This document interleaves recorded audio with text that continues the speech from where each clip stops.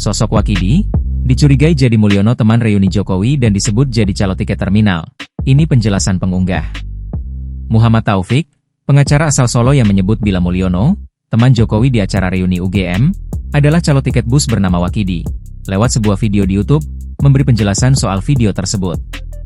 Kepada tribunsolo.com, Taufik mengaku mendapat informasi itu dari seorang tokoh terminal Tirtonadi bernama Herman Broto. Taufik mengatakan, dari Herman, ia mendapat informasi bila Mulyono pernah bekerja di terminal Tirtonadi sebagai pencari penumpang untuk bus.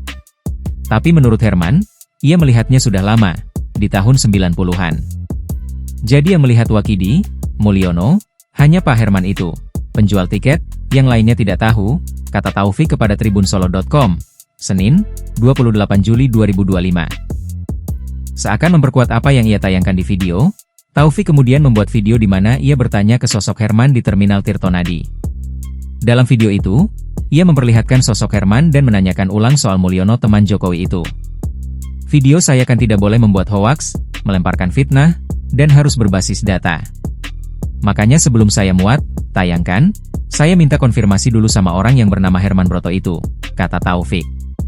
Sebelumnya, lewat tayangan YouTube, Taufik menyebut bila sosok Mulyono, yang ikut acara reuni angkatan 1980 Fakultas Kehutanan UGM, adalah calo tiket terminal Tirtonadi. Video itu diunggah Taufik di kanal YouTube-nya, Muhammad Taufik Partners Law Firm, pada Minggu malam. Menariknya, Senin, 28 Juli 2025, siang, video berjudul, Bledos Calo Tiket Tirtonadi itu ngaku alumni UGM, itu, tak lagi bisa dilihat publik. Padahal, video itu sempat ramai dan mendapat ratusan ribu views. Menurut keterangan di YouTube, video itu diprivat, alias tak lagi bisa dilihat publik. Tapi, Taufik mengaku tak tahu menahu mengapa video itu tak lagi bisa dilihat publik. Taufik membantah sengaja memprivat atau menghapus video tersebut. Nggak, dihapus, tuh. Kayaknya ada yang report, melaporkan, kata Taufik.